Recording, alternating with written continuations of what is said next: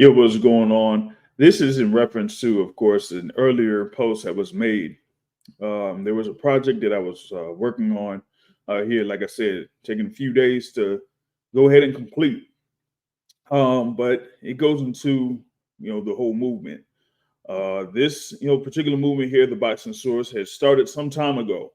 It kind of like, branched off from, being, you know, starting off with articles, so to speak, on an independent sports website.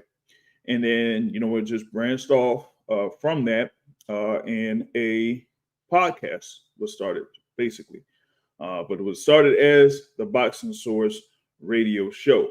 And in May of 2015, that was when the Boxing Source radio show was started. And it is branched off to, what we have currently with the Boxing Source podcast, that has been weekly on Sundays, usually live through YouTube or whatever is used for live. Now YouTube, Twitch, and also Rumble. But it was basically there as a weekly show for all the topics in the sport of boxing. But as it's been mentioned a few times before, through this has been, according to reports, the longest running boxing podcast in existence. And one thing that I've been working on is, of course, having it in audio form, so to speak, when it came to the Boxing Source podcast. But I had kind of slacked off on that for some time. But now, not only have I caught up to current form, but we have every single episode available. That's right. Every single episode available on Spotify. So you could go on Spotify, look up the Boxing Source. You'll be able to check it out from the pilot episode in May of 2015 all the way up to now. So now longest running boxing podcast in existence, the Boxing Source.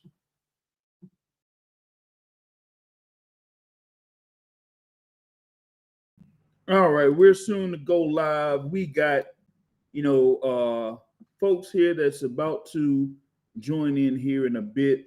Hopefully y'all are able to listen to me here right now. We're about to get into it. We're about to get in the game. And I'm just getting things going, getting things ready, getting things rocking here in a little bit. So just bear with me here real fast. Just trying to get share the stream and everything like that. And if y'all are listening live, support the Boxing Source here by hitting the like button and hitting the share button. You feel me? We got a whole lot of things going on right now. Of course, I got my resident Canelo guy here, Jesus Sam, in the building. He says fake Dello needs fake Paul for payday. He want payday. All right, but let's get it going here. We should be ready to rock here. What's happening, everybody? We are here live, man. You know what I'm saying? We're back at it. We're back in the mix. We're back on what's going down. Of course, just talking about what was happening there between Jake Paul and Mike Tyson. Pretty much, going through, pretty much the fight. The viewership for the fight. Reactions to the fight. That's what we're going to be doing here in this particular podcast, and go through the fight card, because there were a number of good fights on the fight card, whether it was in the free portion or in the actual part on Netflix. You like that, that was really something to talk about here, man. So got a lot to cover, got a lot to go through here on this. You got great guests is gonna see if they'll be able to jump in here on this particular podcast here. We got one that's in the queue here right now. that's ready to talk about what's going down over the past weekend. So definitely thankful for him to join in here on this particular episode. You feel me? So let's get right into it. Of course, we had that main event there over in the AT&T Stadium. Thousands of people attended AT&T Stadium for this particular event, and it was an event there. Hey, listen, we'll have some time here before we talk about Ramirez and John Cena. I mean, Chris Billam-Smith. But we got to go through all of the action here within the sport of boxing, and we got to go through that particular event there. So that's what we're gonna do. We got a great guest that's around here with me. You got the boxing academic that's pretty much on cue, that's listening in, but he's on here with me right now. What's going on, boxing academic? Not much. How you doing today, JR? Yo, doing good, man. Doing good. Just going over what's happening over the weekend. We had this fight. It's basically an event, and that's what it was. It was an event there between Jake Paul and Mike Tyson. Highly anticipated event. Of course, it was supposed to happen on July 20th.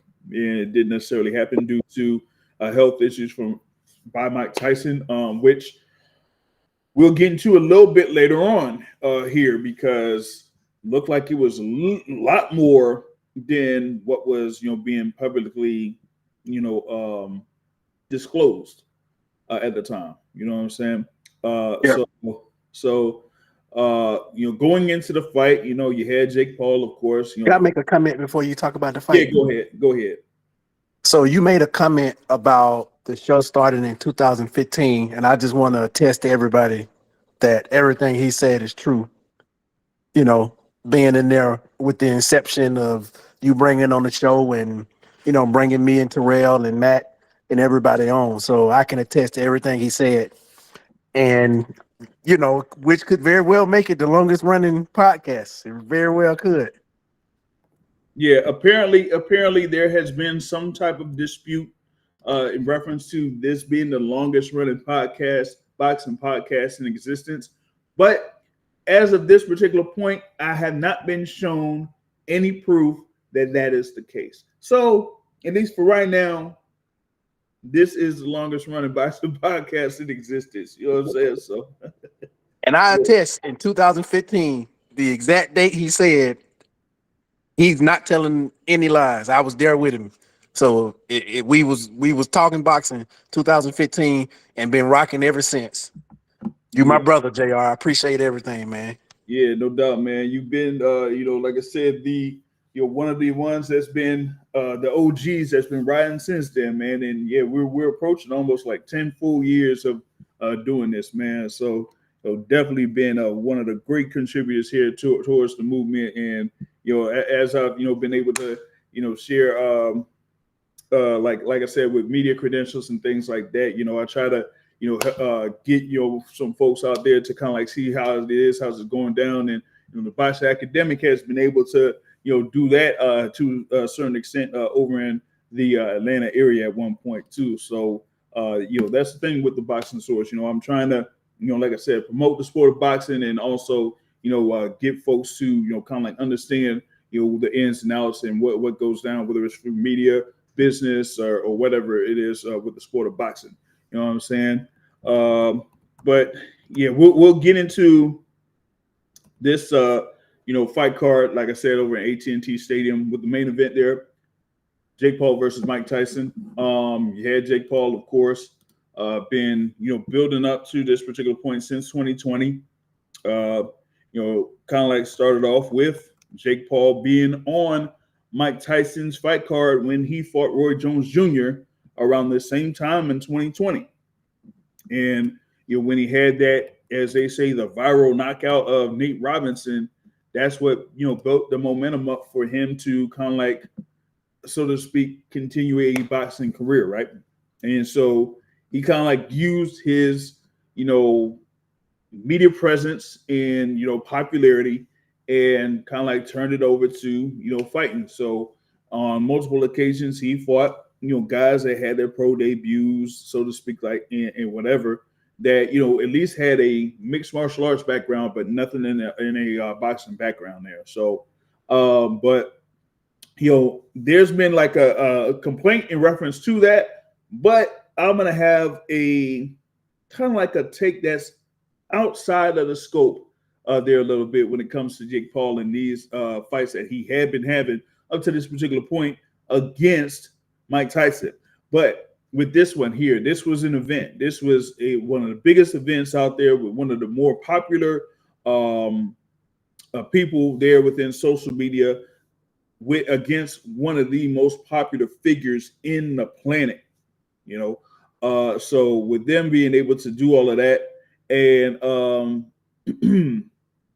and then be able to get this event to happen and for it to go through, that was an event in itself. So it went through and it went through the 8 rounds, 2-minute rounds, and you kind of like seeing there from the initial walkout for Mike Tyson that there was something visibly going on. And that was his right leg. He had a brace, on his leg. And so, seeing him with the brace already before the fight started, that kind of like said, hey, I mean, maybe he's going to have, some issues there with movement. And I think, that kind of like was, partly of what going on, but also, with him being 58 years old, that was going to be another factor. So what we basically saw in this fight was, some elements of Mike Tyson, what he has ingrained in his mind to do, bob and weave in and out, try to, land hooks and everything like that. But, of course, one of the first things that, goes as far as like being a professional fighter is reflexes and timing. And you kind of like seen in that fight that there were a number of opportunities where Tyson could have been able to, properly snap back or counter Jake Paul, but couldn't really do it, or just didn't have the speed and the accuracy to do it. So, all you basically had was, Jake Paul just being able to, land a couple punches here and there over the course of those 8 rounds. And after the 8 rounds, they pretty much like hugged it out. And it ended up being something where it's like, okay, Jake Paul was able to share the ring with Mike Tyson. So they ended up having Jake Paul get a unanimous decision win. But all in all, for Jake Paul, it was like, okay, I've accomplished one thing that, I guess was, a dream of his to, share the ring with Mike Tyson and in any type of circumstance. That's number one. But number two was that, Mike Tyson was able to, get himself back in the ring. And I want to see if I'm going to be able to share this thing here. Actually, I'm going to do this here from another method, but I wanted to go ahead and share this post there because, as I mentioned with Mike Tyson, right, that he came in there with a brace on his leg, and I guess they said like it was something where he had the complications there with his leg or whatnot, but he said that there was a whole lot more than that. Okay. So I'm going to share, what he made in a post that was, from yesterday. So here we go. Let me see if I could get it here properly. All right. This should be going on right here. It says Mike Tyson. Let's see here. Hold on. Yeah, here we go. Put it on the presentation joint, and there it is. It says there, this is one of those situations where you lost but still won. I'm grateful for last night. No regrets again to ring one last time. Said he almost died in June, had 8 blood transfusions, lost half my blood and 25 pounds in the hospital, and had to fight to get healthy to fight. So I won. So to have my children see me stand toe to toe and finish 8 rounds with a talented fighter half my age in front of a packed Dallas Cowboys stadium is an experience that no man has the right to ask for. Thank you. So that is basically him saying that, that was much more than what they were reporting there at the time when the originally scheduled bout, was supposed to happen in July and didn't necessarily happen. So um, he said, hey, he was there visit. He had to go to the hospital. Massive, blood loss, so to speak, and basically was bedridden. So I mean, at least I wasn't following it, but they kind of like kept that particular detail under wraps big time. You know, and for him to like get to that particular point, to have the energy to work himself to be back in the ring and actually perform to a certain extent, whether it's during the workouts or being able to move and have those abilities to do what he's ingrained or entrained to do from since he was a kid. That was still something, and not be either seriously hurt, seriously injured, or anything like that through those 8 rounds. Yeah, it was about 16 minutes, but still like 8 rounds there against Jake Paul. That was definitely an accomplishment there, for him.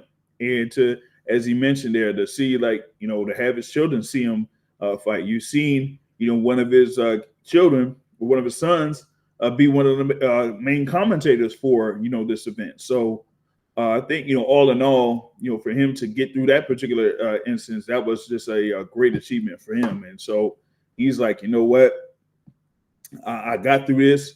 I'm good. I'm happy. And I'm paid. So that's definitely something there that he could definitely say, hey, I was able to do this at 58 years old, so to speak, right there. So that's what I pretty much like got out of it, after this whole thing went down. Anything on it, Boxer Academic? Just on him finishing the fight, or everything in general about the fight? Well, first on him finishing the fight, and then and then what happened in general. Yeah, I think that we all knew it. That was foretold by Mike Tyson's legend. The dude is a master of the universe. He is that dude, right? Mm-hmm. And he's gonna be that dude at 60, the same way he was that dude at 25, the same way he was that dude at 20. He's gonna be that guy. And so to see him sort of overcome everything and even get in the shape that he was in, and to not be, how some guys could be like super winded and like even like certain heavyweights and stuff. Yeah. Mike Tyson got better wind than current heavyweights, even with a like a bum 60-year-old knee and probably a bad back and all this other stuff. But I mean, the man is you have to commend him for everything that he did, and Yeah. you got to commend Jake Paul too, because Jake Paul, not trying to be funny, Mike Tyson gave Jake Paul a payday, but Jake Paul gave Mike Tyson a payday, and essentially allowed this man. I mean, Mike Tyson had made this amount of money before, but at his older age, he gave him a better nest egg in what he does. And I'm sure Mike Tyson podcasts and everything, he making like bukus of money. Right. But I'm just simply saying, Yeah. like everybody was in the giving mood. It's like Christmas time, like this night wouldn't have been possible without Jake Paul, and it wouldn't have been possible without Mike Tyson. But Jake Paul, even though he didn't bring more in terms of notoriety, he brought more in terms of what he gave to Mike Tyson, in my opinion. And so, so you want me to go into the fight or wait till after you give your synopsis? Now, you kind of like mentioned the thing there as far as like, what, Mike Tyson has done over the years, and I kind of like brought it up. Now the thing with the podcast, like if I'm not mistaken, he like ended that podcast like some time back. Like I think it was before the end of last year. So it was like he had this venture, completed it. Now it's on to the next. So he don't do hot boxing no more? Nah. I think that he was like off that, for a good little bit, unless if he like redid, started it over again. But he said like, you go ahead and stop that basically. So that's unfortunate to hear that I enjoyed that show. Like he's very transparent, and that's what make people love him. that Now, he's truthful. Like he tries and he gives an honest account, and you can like sort of see yourself in his successes and failures. And somebody said that on TV. I'm just sort of repeating what they said. mhm. Yeah, but like around what had it been about 6, 7 months ago was the last time I think he, was actually having something on hot boxing. But even with that particular channel on YouTube got up to 975,000 subscribers.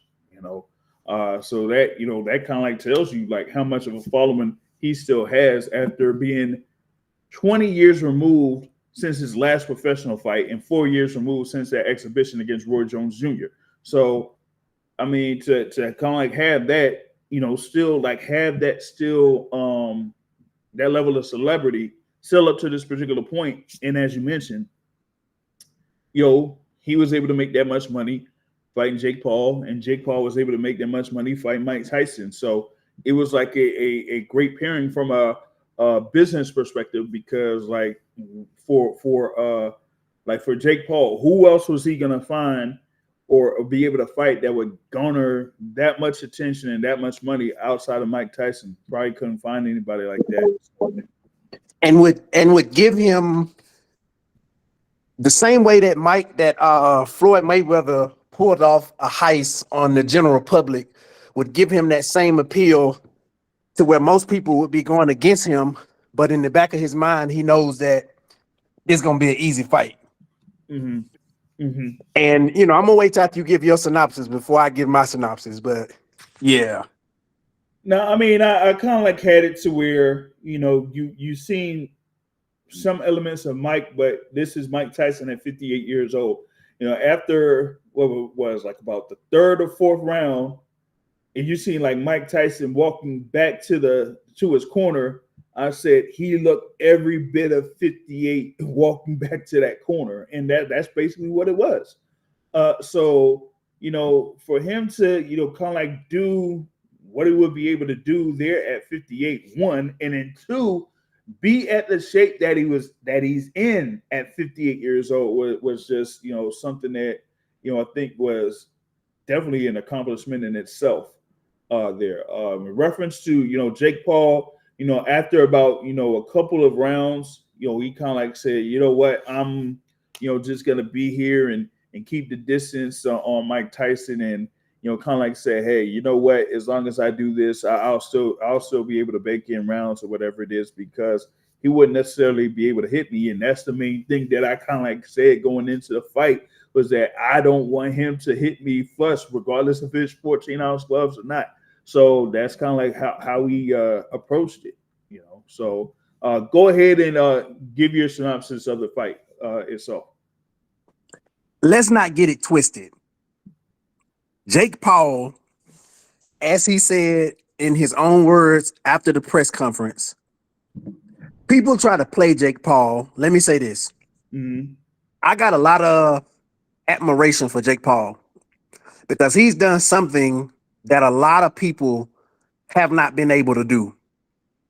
He has been able to garner the type of attention that a social media star can garner, but to do it in terms of boxing purses and bring in these cross, platform audiences and people who wouldn't normally do it. And yeah, people hate him, but a lot of people love him, in my opinion. A lot of people, at least enough people want him to succeed. It's not like, he is the heel. A lot of people want him to lose too, but I don't think he got like an overwhelming like popularity where people just want him to just like die and then like that. Right. Like he's a generally likable person. Mm-hmm. And like the way that he's done it in fighting guys that are dangerous, but he's sort of like better because he has taken boxing seriously enough. Mm-hmm. And he's always sort of the one who's on the A side-ish of fighting these people. Yeah. And then the particular matchmaking, fighting old fighters, fighting MMA fighters who don't have that background. You got to give Jake Paul credit because he's a competent enough boxer to where if he wanted to hurt Mike Tyson yesterday, he could have hurt Mike Tyson. Let's not kid ourselves. Jake Paul got enough power and is competent enough in throwing his uppercut and throwing the overhand right to be able to have hit Mike Tyson one clean time and end that fight. And even with Mike Tyson's lack of mobility, he couldn't do a lot, but just be there. And I get it. Some people are like, the way that Mike was practicing, like when you see his footage when he was throwing the jumping hook and stuff, but wasn't that practicing from like 4 years ago? That pretty much was it. You got a lot of stuff that was, that could have been there from 4 years ago or whatever it is. You could put out a video and that video could be from whenever. As long as it isn't live, you never know when that video could have taken place. It's from when he fought Roy Jones and he looked pretty dang good. Mm-hmm.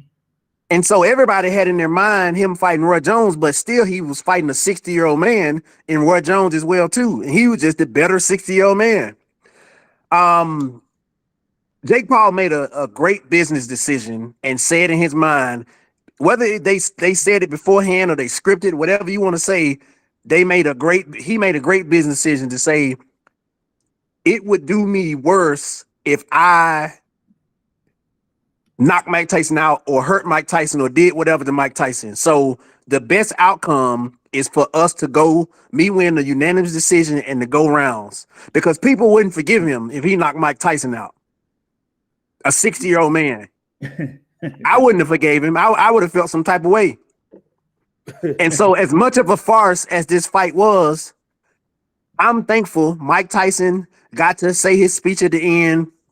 I'm proud of myself. Now my kids can see that even though I'm an old man, the guy who I used to be, that guy's still in me. He can still say that speech. Jake Paul can say, I've shared the ring with Mike Tyson. He can give his humility, right? And it ain't no like cloud over it. It's just like a good feeling. They both made money. Right. They can have a drink and be like, haha, we got him. But the people who went into this fight don't know nothing about boxing, expecting this 60-year-old man to go out there and knock out a 30-year-old man. Don't be mad at Mike Tyson. Don't be mad at Jake Paul. This is what you should expect if you got an old man fighting a young man in boxing. This is what you should expect. And that's pretty much what we got. And the thing about just going through this fight and going through the 8 rounds, my thing was, at least going into the fight, that I said, from a marketing perspective, or a so-called, like, we're in the quote unquote social media age, like, what would have been if one of those fighters was able to knock out the other fighter? How would people react to that? So it was like, okay, thing is, it's like, okay, if Jake Paul ended up doing that to Mike Tyson, what would that mean for him, from a positive or negative perspective, as far as like being in the sport? Because, looking at videos from former fighters and those that are in boxing, or talking with a few people, that's within the sport, they were like, yo, we want Mike Tyson to win. And we couldn't even think if Jake Paul would have been able to knock out Mike Tyson. So it was like, okay, if they were like saying, hey, if Jake Paul beats up Mike Tyson and knocks him out, then I'm going to just go right after him, right after the fight, to something to that extent. But for it to just, go through those, full 8 rounds and stuff like that, and just, have it to the point where, okay, yeah, Jake Paul was able to share the ring with Mike Tyson, then yeah, it ended up being a good result for all parties involved in that particular sense. Real Can quick, I say one thing? Yeah, go ahead. I don't appreciate people, like, it's a part of it. Let me, I'm not putting my heart in this statement, but I don't appreciate people when they're like, oh, Jake Paul sucked. He couldn't knock out an old man. He didn't want to knock out an old man. Like, it's a part of it. Jake Paul takes it, like he plans for this, right? Mm-hmm. And it's probably gonna make a fan out of those people who try to denigrate him. But Jake Paul made money, and that's all he was thinking about, making money. Mm-hmm. And that's a smart man to me. You got to give him respect in his own right. He got his own LeBron thing going on in his own right, right? You got to give him respect for what he's doing. Mm-hmm. Yeah, I mean, because like I said, I mean, he was able to have a plan to, get through this particular thing as a professional fighter and say, hey, this is how I'm going to do it here for professional boxing. And to get to the point where you have how many fights? 11 professional fights, and you're able to lock in a bout regardless of what the Texas State Athletic Commission did, or regulations and anything like that. You were still able to lock in a fight with the most famous fighter around in the world. Who's alive? Who's alive? Yeah, and by being able to do that is something that like no other fighter is able to even think about. Current fighter right now, they weren't able to think about like doing something like that, if that could have been part of their thing. But as a professional fighter, they wouldn't even fathom that, because of the the way that they're active, number one, and then two, even if they try to entertain it, if they will be able to properly pass it. So I guess it had to be someone like a Jake Paul in order for this to go down.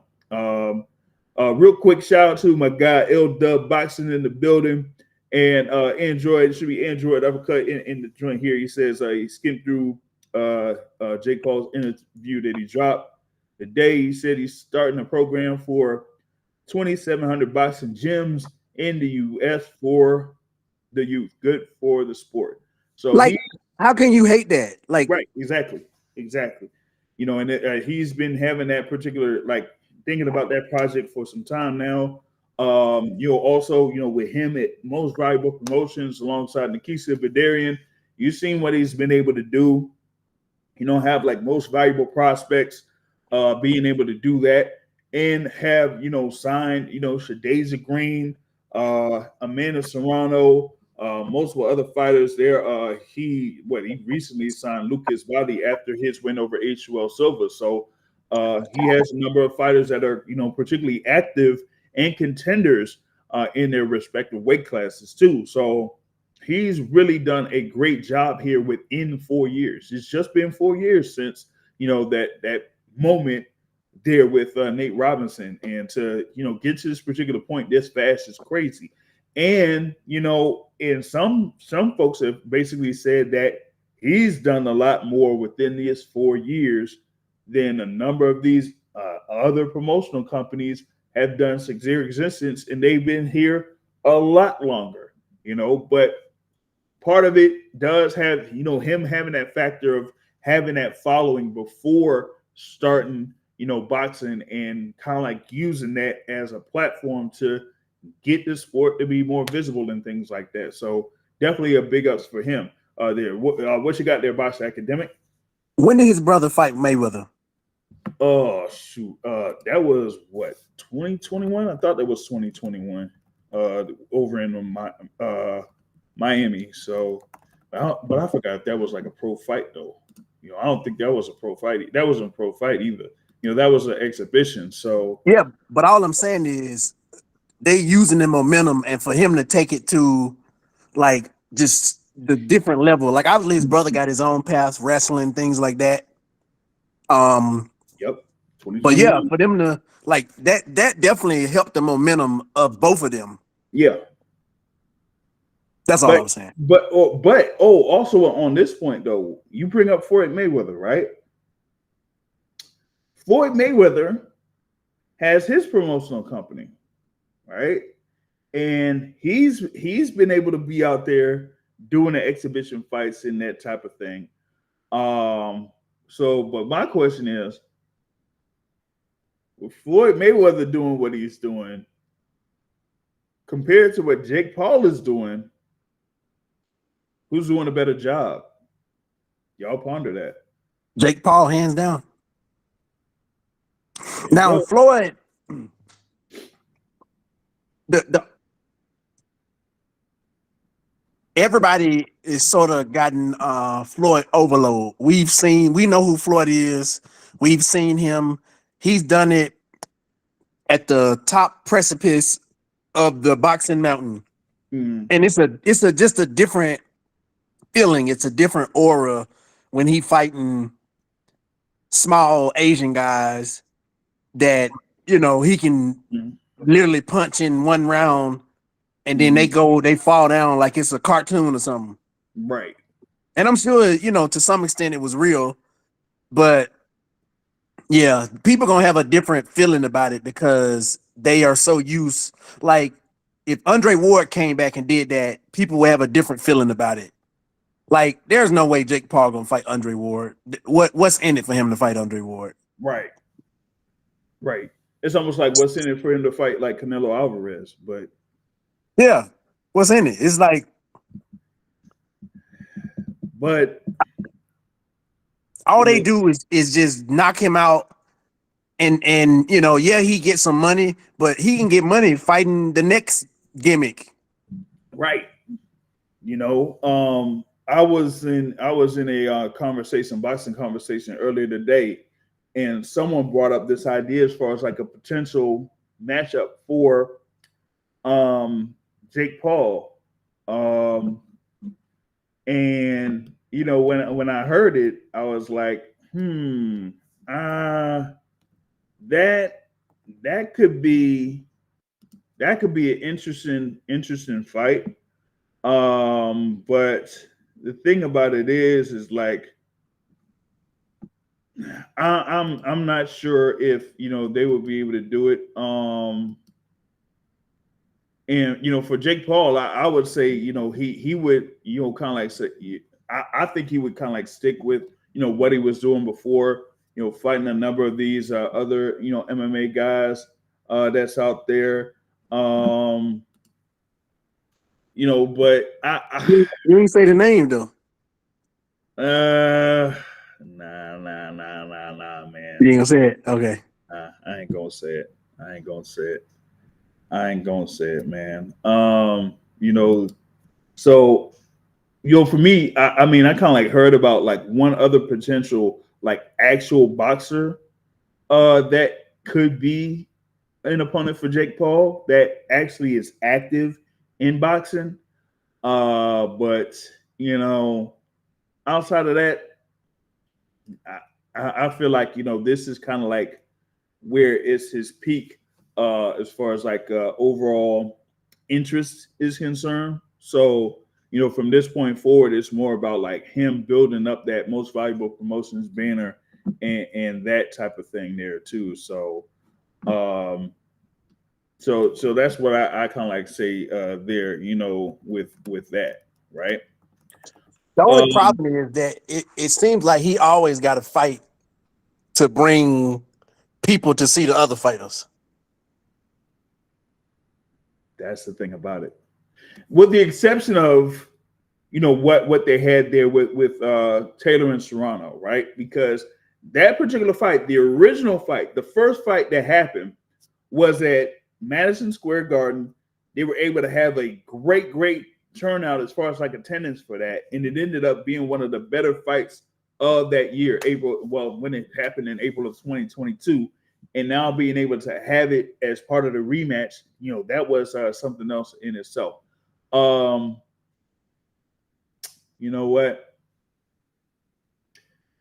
I'm gonna go ahead and bring up that person that could potentially be an opponent for Jake Paul. Before you say it, let me guess. Okay. So I'm gonna rationalize. Mm-hmm. So Jake Paul ain't gonna fight no real active fighter. He gonna fight somebody either close to retirement or right with a foot out the door. So with that being said, Manny Pacquiao could be a name. Who else got their foot out the door? How much Jake Paul weigh? He's up there, man. So Manny Pacquiao, no. Okay, well I give up. Well, you said like either the foot out the door or almost out the door. Nope, they're retired. They pretty much been out the game for a little bit, and I kind of like mentioned had a little bit of clue, but you don't really follow that type of stuff. Good for you. But it could be Jake Paul versus Andrew Tate. That's who was suggested. And Andrew Tate, of course, has been one of the more polarizing people. Everybody gonna want to see him lose. Who? That's the question. Who? They want to see who lose is the No, question. they would want to see Andrew Tate lose more than Jake Paul. And Jake Paul would try to knock him out. He definitely would try to knock him out. Too. Yeah, he would. And then he'll say some statement about, like, don't ever disrespect women or something. He'll say that. And Jake Paul will become the hero from that. You know what, though? If he does that in the build up to the fight, you know how many people would be trying to go in and watch it just to hope that he would beat up Andrew Tate. Oh, yeah. That's actually a good idea. Whoever had that, that's a good idea. Yeah, that is a good idea. But he gonna have to pay Andrew Tate, though. Yeah, he would. But the thing to take an L. But the thing about it is that we talked about how much money was generated or made for Jake Paul and Mike Tyson, right? How much would they put up for a fight between Jake Paul and Andrew Tate? They'll say like, hey, okay, we got these guys as potential opponents. I mean, would you be interested in fighting these guys? You got, guy number one, you would get this amount for fighting him. You got guy number two, you probably get a little bit more for fighting that guy. Or you got guy number three, that will give you the highest, amount, but whether it's like the biggest risk or that has the most exposure, then that's how it would be. But something like an Andrew Tate, given the following that he has, and then you got Jake Paul given the following that he has, you put those two together, and hey, maybe you may have something. And I feel like, no disrespect to Andrew Tate, because I've only seen like a half of his fight. I think you got to favor Jake Paul because it go back to the MMA guy, and does he have enough boxing skills for real? Right now, that given, they have Andrew Tate listed at 6'3", 205 pounds. And before this particular fight against Mike Tyson, Jake Paul was around 6'1" and about 195, 200. So if he's able to get back down to about 200 or 215, then we might have something. We might have something. Who is he? No, I'm saying with that potential fight, You saying if who able to get down to 215? Jake. Oh, okay. How much he weighed? That's what I'm asking. He weighed at 227 for the fight against Mike Tyson. Oh, dang. He usually is around like 185, 190, 200 for the previous fights that he had up to this point. So yeah, his belly did look kind of bloated. Mm-hmm. So I mean, this is something like his last fight that he had against Michael Perry. He was at 200 pounds. Gotcha. So he's had the past couple of fights, they're around 200. So that could be a potential fight out there. But the other fights that are being bandied out, there was one suggestion or one person that kind of like brought this up as an idea. And this was from the president of the World Boxing Association, Gilberto Mendoza. He put there on Twitter that he wouldn't mind seeing Jake Paul versus Julio Cesar Chavez Jr. I'm like, oh my God, come on, man. Why do we need to see Julio Cesar Chavez Jr.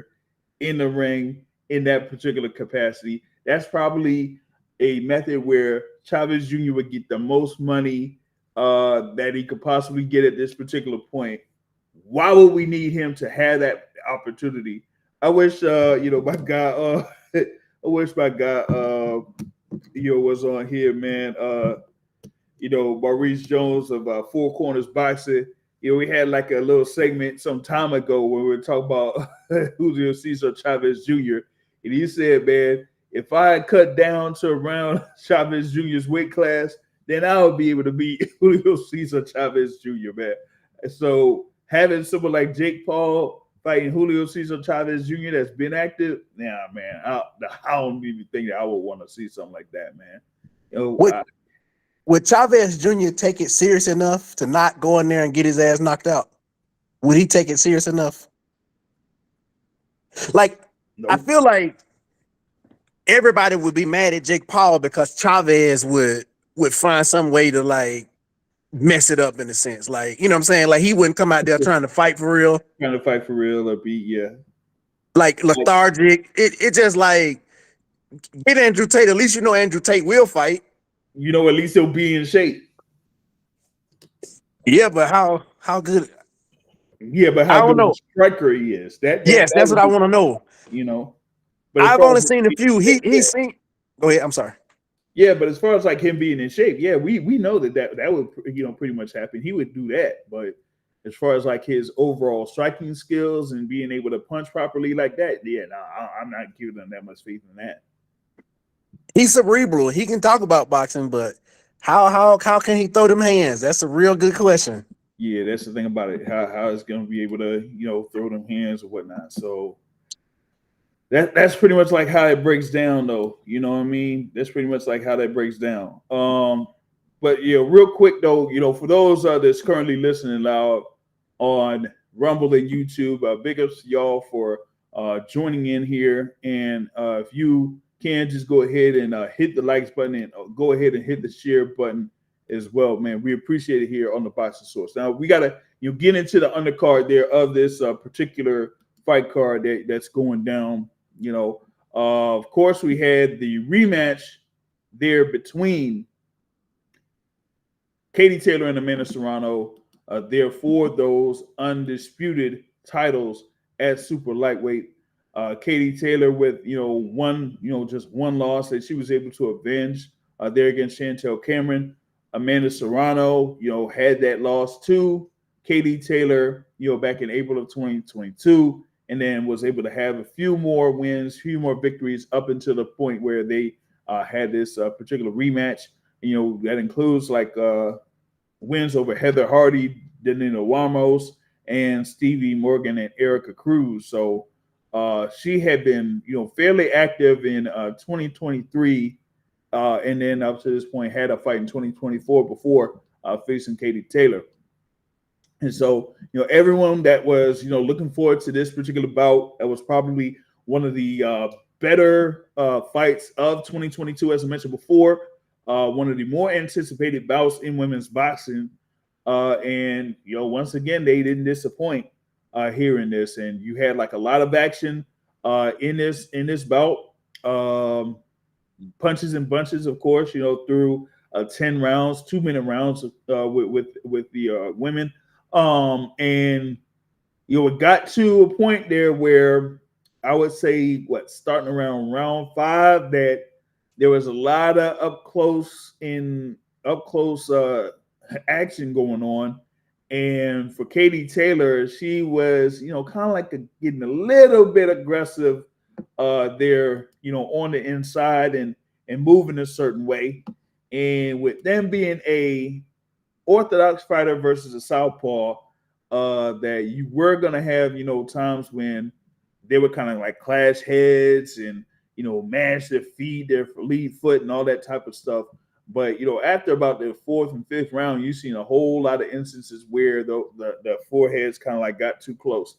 And at one particular point, they did have an actual head clash, and that caused a cut, around, pretty much on the side of Amanda Serrano's eye. And then it got like really, really bad. But she was able to get through it, as it wasn't necessarily within her line of vision. It didn't drop into her eyes. So she was good, and she was able to be swinging punches and bunches, particularly in the second half of the fight and in the last, few rounds.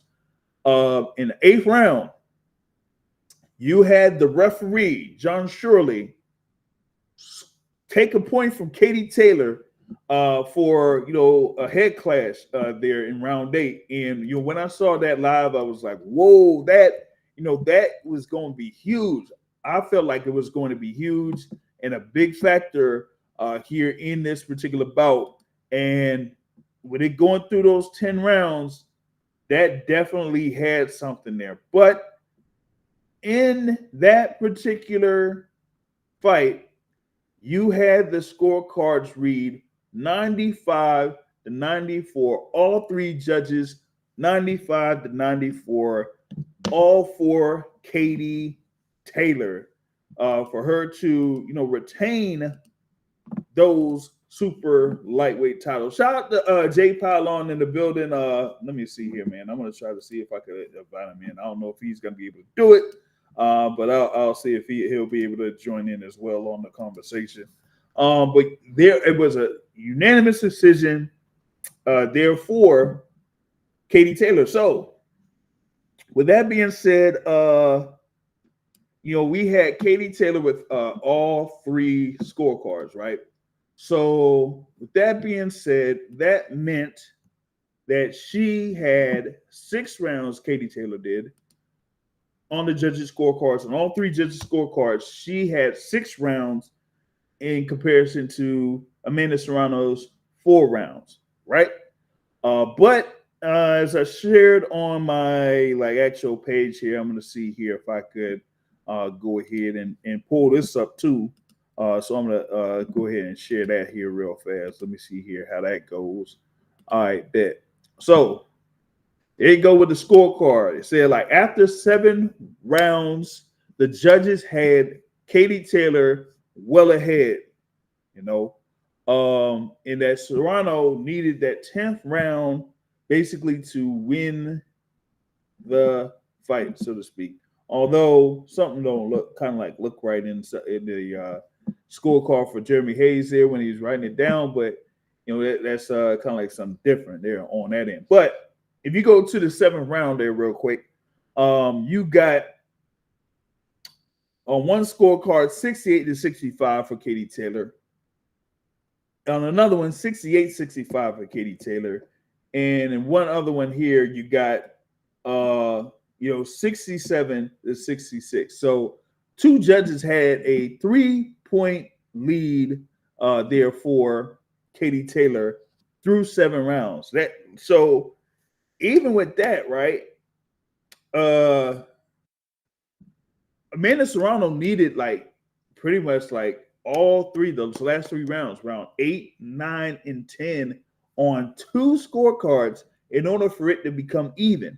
So with that point taken away, that kind of made it something where she would have been able to get back. So if she was able to win all 3 rounds, the 8th, 9th, and 10th, on 2 scorecards and have that point deduction, then it wouldn't have been a tie. She would have had a 1-point advantage on that. But like I said, with that last round, it was more about 2 judges saying, "Hey, we got Katie Taylor winning that 10th round," and so with that happening, that was the difference. You know what I mean? You would have had it 95-94.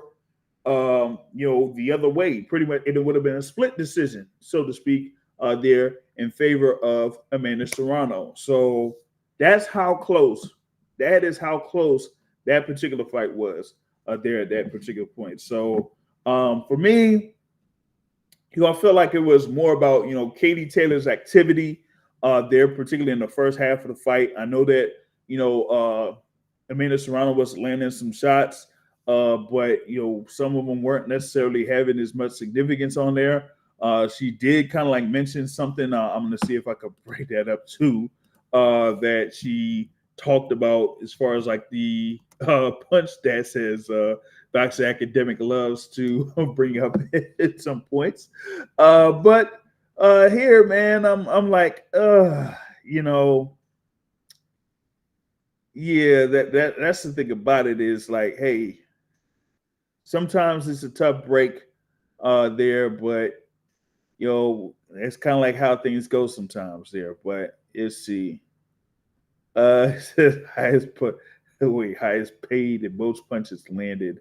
324 landed punches there from Amanda Serrano. I'm going to try to see if I could bring it up here. Hold on a second. It said there, as far as like the punch stats, that Amanda Serrano threw 734 total punches, landing 324, while Katie Taylor threw 529 total punches and landed 217 there. So that's kind of like what she had in that particular instance there. So real quick, back to academic. As I bring up those CompuBox stats, do you think that the activity from Amanda Serrano was a key factor there in her bout against Katie Taylor here in the rematch? And was that enough for you to feel like she won that bout? No, I felt that Katie Taylor winning was legitimate. And to me, people can call Katie Taylor dirty because to me it was she toed the line with her strategy to win, because in those first few rounds you could see the momentum wasn't going her way, and then whichever round it was, she started making a concerted effort to use her head and to use it as a weapon. And you didn't say this, you tried to skirt around it, but she was definitely trying to hit her with her head. Like you could see it on TV. Mm-hmm. Like she was lunging, and then she finally did hit her, and then the cut got open. And then after that, she kept like rubbing her head on her. She kept rubbing the eye with her head. And then she would always come in like a matador, like a bull, excuse me. Yeah. And like she wasn't trying to punch, she was just trying to hit her with her head. And it was just like, dang, she's being real dirty right now. And so the thing is, she would either do that with her head or she would hold. And then after she would hold Amanda Serrano would relax. And then Katie Taylor with 2-3 pieces, pow, pow, pow. And that was the exchange. Katie Taylor was winning a lot of those exchanges by either using the head and bumping her in the head, holding her, and then, or hitting her 2-3 times. She just used a guerrilla sort of warfare style. And Amanda Serrano was trying to be proper in a sense. Katie Taylor, like a boxer, just like a boxer, so to speak. Yeah. And I was saying, like, obviously Serrano was a fan favorite because my heart was with Serrano. I mean, I kind of wanted her to win if I had to choose somebody beforehand. But Katie Taylor toed the line, and she used guerrilla warfare. She used tactics that definitely toed the line between like being sportsmanlike or being unsportsmanlike. But the ref didn't stop her because that crap, the head was happening the whole time. Right. And he finally gave her a 1 point, deduction, which was legitimate to me. He could have done it earlier and gave her 2 points because she definitely was using it as an offensive weapon. And then she kept winning the exchanges. And that's what happened. And Serrano didn't do much to change that cadence, because that kept happening. She kept either holding, she kept either using her head, and then she, let off a few shots and kept winning the engagements. Like you said, that's how it breaks sometimes. Yeah, it's how it breaks sometimes. And to go into the thing with the CompuBox again, right? Well, two things about it. On the jabs, for the first 6 rounds, they said that Katie Taylor only landed 2 jabs in 6 rounds, and they both came through in the 3rd round. That's on one front. The other front is this. They had Amanda Serrano, according to CompuBox, throwing 127 punches in the 10th round, landing 73. And even with that, 2 of the 3 judges scored the bout for Katie Taylor. Now, this kind of maybe I could bring up something where I say, hey, and I brought this up recently. With judges don't see the fight like how we as viewers, TV viewers, see the fight. So as viewers, we're able to see every angle, every nook, every cranny, so to speak, every angle, what goes on close on the inside, what goes on over in the red corner, the neutral corner, on the ropes, all that type of stuff. But these judges don't have that, So if I'm like one particular judge on one side, I might not be able to see something if both of the fighters are like on the completely other side of the ring over in the corner. So if I see one fighter that has their back to me in my line of vision, I'm not able to see what the other fighter is doing. So I could see something from where the person I'm seeing their back, I could see them moving their arms and throwing punches, and whether it could be effective or not, that could be something. But otherwise, like you could have it to where, hey, the punches that you actually do see, or you actually see something happening to a particular fighter, then that kind of like stands out to you. So that's pretty much like how a number of these fights could be judged. Because I know that a few people said robbery. I'm like, well, one, it was 95-94 on all three scorecards, so it's not like it was a significant difference there. You know what I'm saying? So that's what I would say. 6 rounds to 4, right? So that's one thing. And if you have it that pretty much like that close, then some of these rounds could be coin flips that just ended up being on the favor of Katie Taylor in this sense. So there you have it. But it looked like immediately after the fight that Amanda Serrano was more disappointed in this particular decision than she was in the initial fight, where that ended up being a split decision, where one of the judges actually got it for her. And a number of fans and stuff like that, we say like over the course of history that some of the judges' scorecards will be favored towards a particular fighter if they're part of a promotional company or whatever it is, right?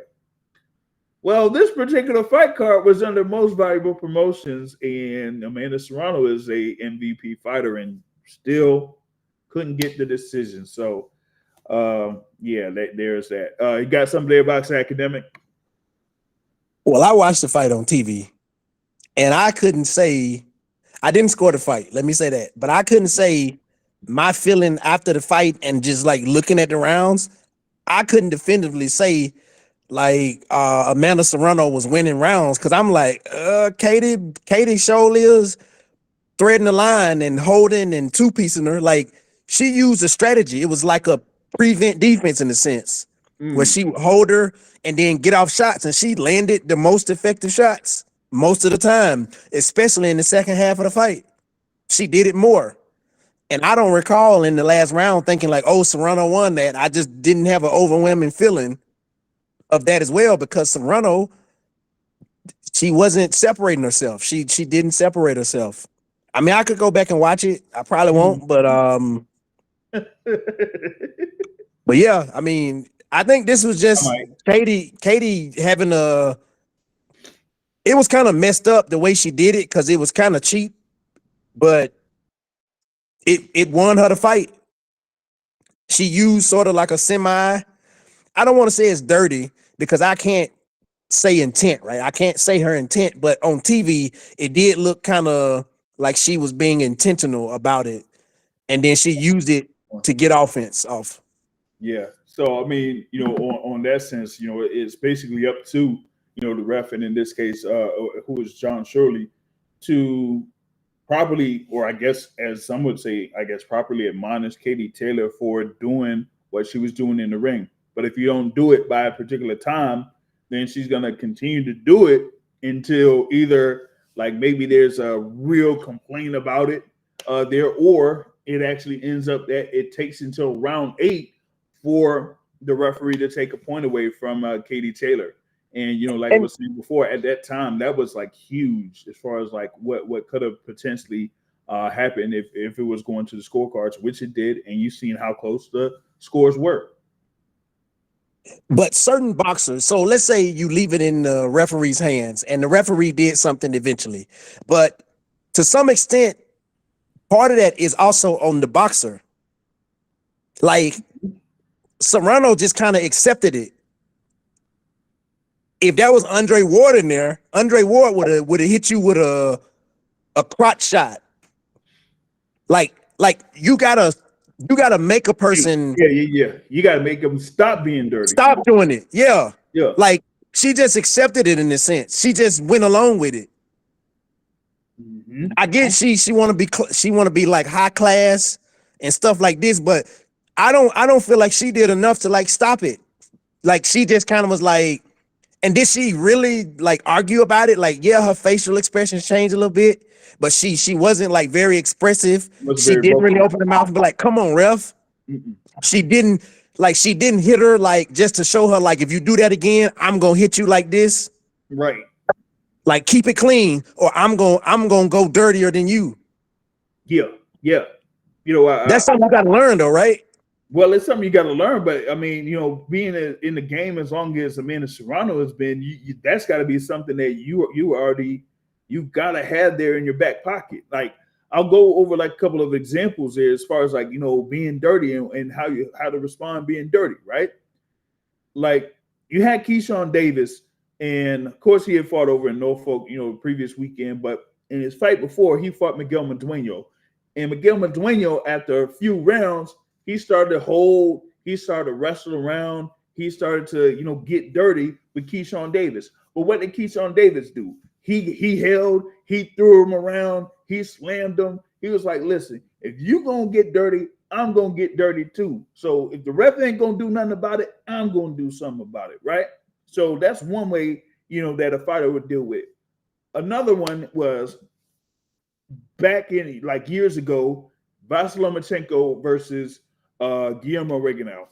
Now, Reginal didn't necessarily do anything like kind of like dirty in a sense, but what he was doing from a defensive standpoint was when Vasily Lomachenko was throwing punches, like, you know, Guillermo Reginal would like duck down, and he would like duck all the way down, so like his entire body was almost like almost to waist level of Vasily Lomachenko. But what did Vasily Lomachenko do?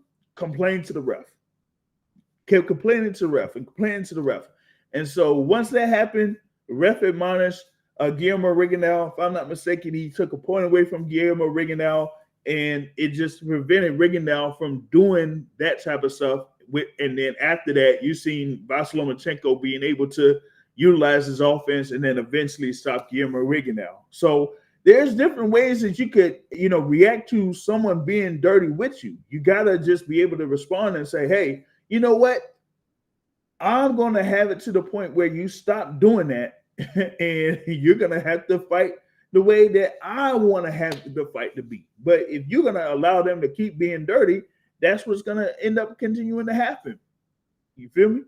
So, yeah, I kind of feel you there, Boxing Academic, in that, you know, maybe Serrano should have done a little bit more to kind of like prevent Katie Taylor from fighting that type of style. And it was like, I was going to relate it to Tyson Fury and Deontay Wilder, but I don't remember which one. Number two, what Tyson Fury started doing that. I don't think it was much Deontay Wilder could do because at some point he got hurt, right? It was more. I think it was more about like being exhausted, though. You know? Exhausted, yeah. So don't forget what I'm saying on that. Yeah, I feel she should have done more. She should have done more versus leaving it in the ref's hands. He did finally take a point, but at some point I remember him saying, "You both are using your head," and Serrano wasn't using her head at all. Yeah, that was crazy. Like he made it like a both of you guys need to watch out for this. If you see all this happening, what are you gonna do? Right. Just accept it. That's what she just accepted it. Yep. And that's why she lost, unfortunately. Yeah, you pretty much put it like that. Yeah, he admonished both of them. You know, like I said, with you know, Serrano being a southpaw and Katie Taylor being an orthodox fighter, you know, that, you know, kind of like makes it to the point where, hey, you could have these type of things happen, you know, especially if, you know, these fighters aren't necessarily, you know, too sharp or what it is there, you know, in the ring. So that's what we saw in this particular fight. And well, it ended up having it to where you had that serious cut there from Amanda Serrano, but she was able to, fight through it. Props to her for that. But it just wasn't enough for her to get the win. You had what was it? Her trainer slash manager or promoter. Well, not promoter, of course. But trainer there, kind of like complaining about it and everything like that, looking like Bill Goldberg or something. But it goes to your point there, academic. Like, you've been a professional fighter for all this time. That it was your 51st professional bout. You've been in the game since 2009, and you mean to tell me that you haven't gotten to an instance where a fighter has been like up close and kind of like getting to you, like you said, like a bull, they could have their hands up and then just go forward and then throw punches, or just throw punches and kind of like lean forward or something like that, and you don't necessarily know how to deal with that. Like, I don't know, that's got to be something where you gotta be able to say, hey man, that's got to be on you. I'm gonna give her a compliment sandwich because it could appear that I'm being overly critical, and you kind of have a habit of giving compliment sandwiches. Well, some people you gotta give them a compliment just so people whatever. So I'm gonna give a compliment sandwich. She responded how she was. Well, she didn't respond how I think she should have responded, because she should have gave her a warning, like her own warning. We both can agree on that. But I'm saying in terms of her not quitting, her continuing to trying to win, she did. But she was fighting a totally different fight. She was in a totally different mental fight than Katie Taylor was in. Katie Taylor was like, I'm gonna win this fight and I'm gonna hurt you doing it. Serrano was like, oh yeah, I'm gonna win the fight. Like, she wasn't in the same mental fight as Katie Taylor. Katie Taylor said she gonna take it there, and whether she hurt you, whether she do this, whether she do that, she gonna win this fight by all means necessary. And Serrano just like, I'm fighting. I'm fighting. So I'm fighting. So you didn't think that she was willing to take it there in that last part of the fight, or those last couple of rounds?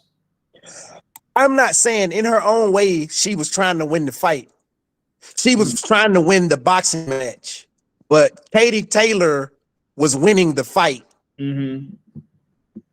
Like, it turned into a fight. She was out there boxing, and Katie Taylor was fighting her. Was fighting. Yeah, there you go. Yeah, that was it. She was using her head. Over the whole 10 rounds, Katie Taylor was fighting. That wasn't what Amanda Serrano was doing. She was boxing for like the majority of the fight, and up until like that round 7 and then round 8, where the ref took a point away. Then that's when she started fighting. But she should have started doing that from the get-go. That probably would have been how you kind of prevent Katie Taylor from getting in there like a bull and leading in with her head and throwing them type of punches, by fighting instead of trying to catch Katie Taylor with the counter punch. Yeah, it was a good fight. I mean, they gave us a good fight, but I think she gonna go home and be like, I should have.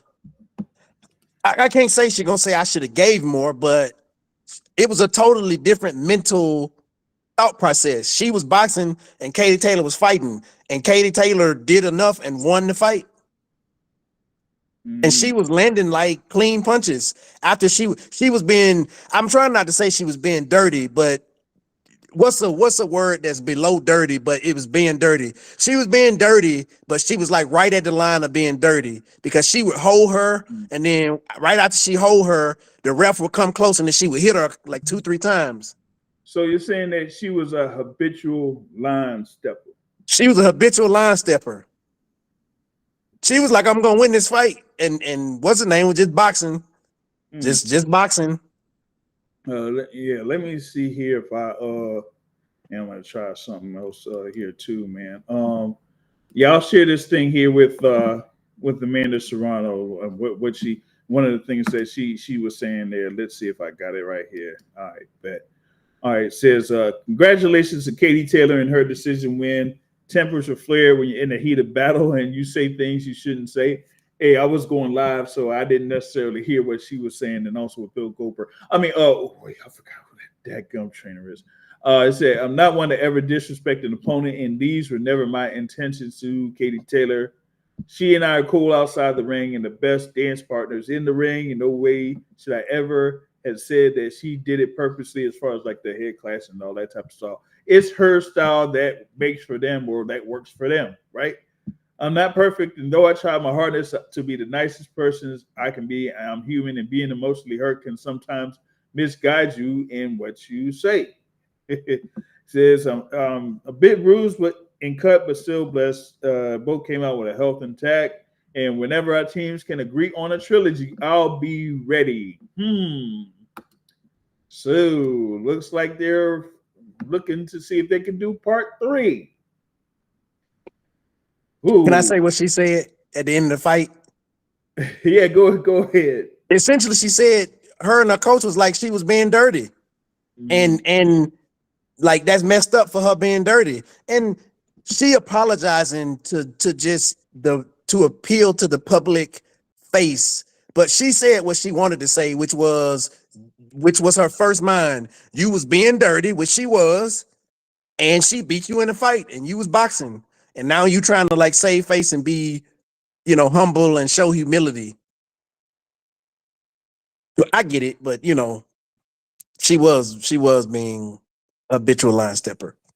Habitual line stepper. Yep, that's just basically what it was right there. So, and I kind of get it. You had those emotions there. Right after the decision took place, and as I mentioned before, looking at it live, it felt like she was much more disappointed with what happened in this fight than what happened in the first fight, where she actually got one of the 3 scorecards there, because she absolutely felt like she definitely won this rematch.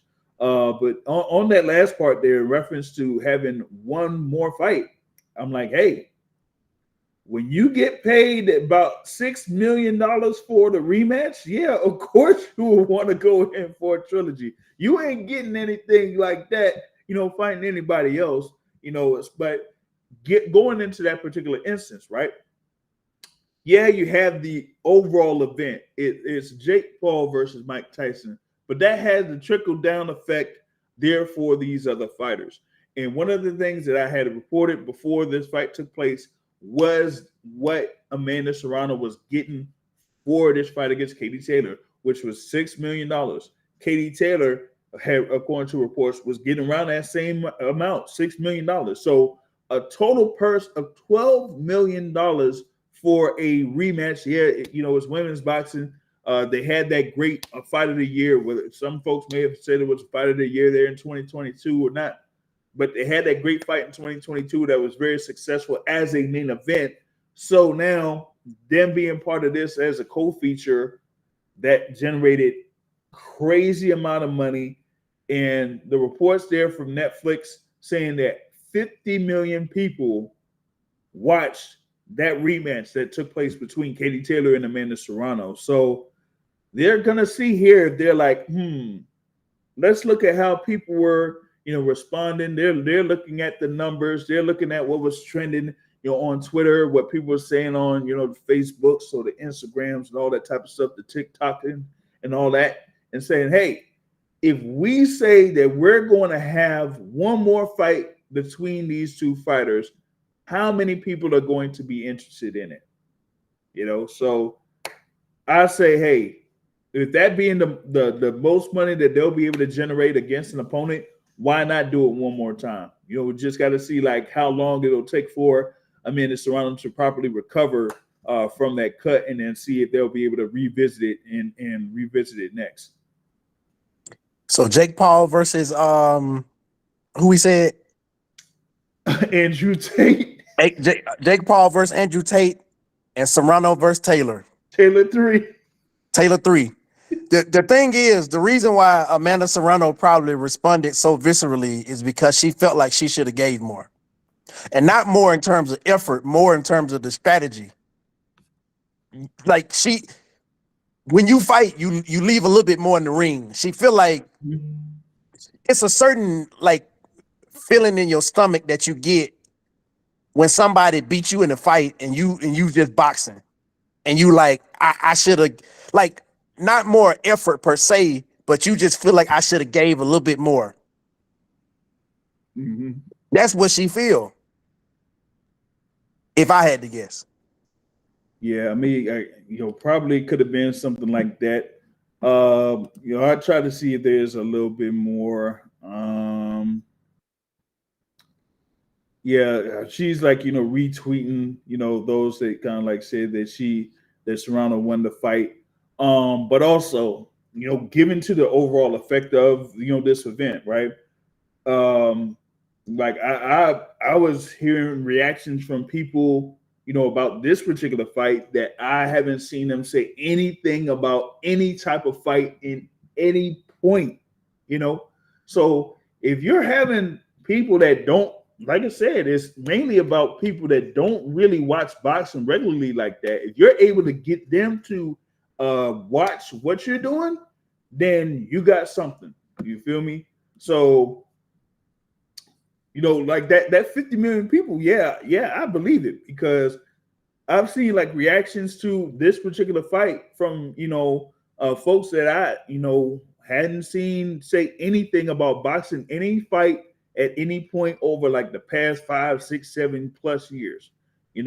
So that's another big thing there from Jake Paul being able to construct this event and have it to this level to where a number of people are able to watch these fights that hadn't been able to or weren't watching these fights before. You know what I'm saying? So I saw two women, this ain't the subset, but I saw two women on Facebook who don't watch boxing said Serrano got cheated. exactly what I'm talking about. Exactly what I'm talking about. That's the same thing that I was seeing. Where it's like Facebook or WhatsApp groups or that type of thing. Yeah, they are saying like, hey, it feel like Serrano won that fight. You feel me? So if you get something to that point where it's a close fight, you have a result like that, and it ends up being like, as they say, a quote unquote controversial result. What better thing to have like another fight between those two fighters? You know what I'm saying? So I'm like, hey, we just got to figure out how long it'll take, for Amanda Serrano to fully recover from, that cut. And then, hey, they'll be able to get him back in the ring and get probably a crazy amount of money. But here's the thing, though. Will they have it still on Netflix? That's the thing. Will they still have something like that on Netflix? How will they be able to do it? Do people trust Netflix to host a fight with that many people again? Oh man, let's go on that. Let's touch on that real quick. All right. Boxing academic.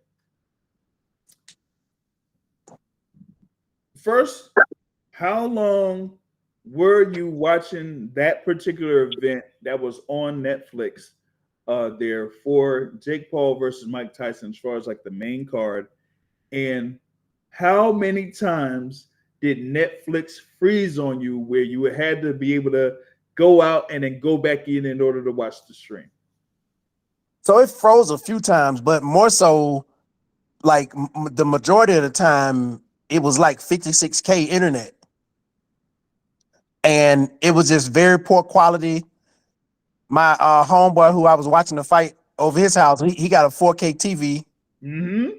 And sometimes it would be streaming in 4K, but most of the time it looked like I said, 56K. 6K modem dial-up. Yeah, it looked pretty bad. Hey, and so yo, we went online and we started seeing everybody else saying, like, what's up with this? And it dropped out a couple times where we had to go back in and come back in. So it was they didn't do themselves any favors. Like, as even with that, I think Jake Paul and them still won, but the product that Netflix put out, they got to do better. And maybe they didn't like, maybe that would have happened with anybody who streamed that fight with that many people watching, Mm-hmm. because that was a lot of people, right? Like worldwide, it was just so many people. But you got to do better than that. Like that cannot happen at on this stage. Mm-hmm. It was pretty frustrating. Yeah. As I said, like what 60 million. Well, it said 60 million households watched the Paul versus Tyson main event live around the world, peaking at 65 million concurrent streams. So we're up to 65 million concurrent streams as far as like households. Now, I don't know how they kind of like gauge that, because you got to also take into account maybe like bars and like say theaters maybe that have been able to try to show the fight. They would kind of like do that or something, you know what I mean? So you had like a whole lot of bandwidth that was needed in order to properly do or to properly distribute this fight to the world or something like that, you know what I mean? So uh that's got to be something right there. And one of the other things that kind of like was brought up was that um even with it being Netflix, even with it being Netflix, you still got those that are like the whole so-called the fire stick or whatever it is. Y'all know what I'm talking about. So even with that, they don't even take into account how many people viewed it that way. Even though I don't even understand why you would do it that way from going from Netflix, but still, you could just imagine how many people viewed it that particular way.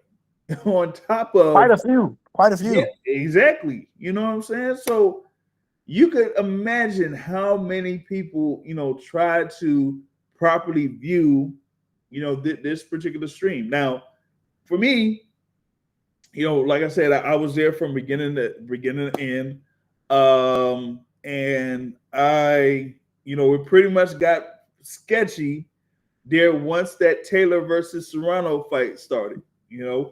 When you had the first fight, which was the Wenderson Nunez joint, you know what I'm saying? You had that versus Niraj Goyat or something like that, and you had the Mario Barrios versus Abel Ramos, right? Those kind of like were going through and no problems, no issues, whatever. So no issues with that. But once that Katie Taylor, Amanda Serrano joint started up, yeah, and it got to around that 40, 50 million people, yeah, you started to see them problems. And I think Netflix, y'all knew that y'all should have known that was something like that was going to happen. I don't think y'all really had an idea of how many people were going to be interested in watching this event.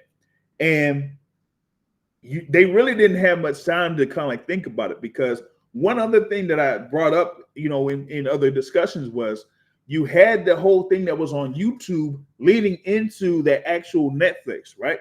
And in that, for YouTube, you had up to about 425,000 people viewing that, simultaneously on one channel.